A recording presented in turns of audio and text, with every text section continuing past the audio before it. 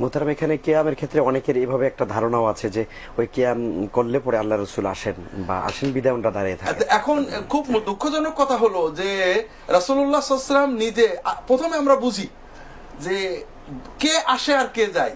প্রধানমন্ত্রী প্রত্যেকের বাড়িতে যান না জনগণ দরকারে প্রধানমন্ত্রীর বাড়িতে যায়? ডিসি সাহেব প্রত্যেকের বাড়ি যান না প্রত্যেকে ডিসির বাড়ি যায়? বড় ছোটর কাছে যায় না ছোট বড়র কাছে যায়?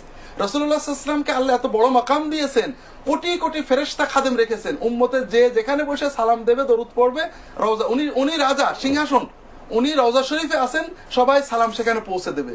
আমরা যখন বলি যে উনি উম্মতের বাড়ি বাড়ি দৌড়ে বেড়ান, তার মানে আমরা তাকে ছোট বানিয়ে ফেলি, যে উনি বোধহয় পিয়ন চাপরাশির মতো সবার বাড়িতে ঘুরে বেড়ান। 2 নম্বর কথা, এইটাই মিথ্যা কথা। রাসূলুল্লাহ সাল্লাম কোন দরুদ পড়লে যান, কারণ রাসূলুল্লাহ সাল্লামের কয়েক ডজন হাদিস আছে, তিনি বলেছেন দরুদ সালাম যেখানে পড়বে সাহাবে ফেরেশতারা আমার কাছে নিয়ে আসবে, কিন্তু আমি তোমাদের কাছে দেবো। বিশ্বাস করেন, বিশ্বের কোনো একটা হাদিসও নেই। 3 নম্বর হলো যে রাসূলুল্লাহ সাল্লাল্লাহু আলাইহি ওয়াসাল্লাম তাহলে সাহাবায়ে কেরাম, তাবেঈনরা, তাবেঈনরা তারাও তো মিলাদ পড়তেন, দরুদ পড়তেন, সালাম পড়তেন, তারা তো দাঁড়াতেন না, তো তারাও বেয়াদব ছিলেন না? আমরা বেশি আদব হয়ে গেলাম নাকি? এই জন্য উম্মতের মডেলটা খেয়াল রাখবেন, মুহাম্মদ রাসূলুল্লাহ, তারপরে সাহাবায়ে কেরামগণ আমাদের মডেল, তাদের মতো হওয়ার চেষ্টা করেন।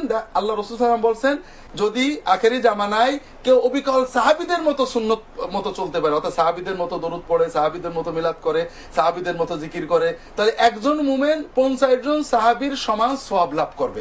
কাজেই অন্য আলেমদের অজুহাত না দিয়ে তাদেরকে মাথায় রাখেন, ইজ্জত করেন, সাহাবীরা কেমন মিলাদ পড়তেন সেটা চেষ্টা করেন। আল্লাহ তৌফিক দান করুন। জি, অনেক শুকরিয়া, আলহামদুলিল্লাহ।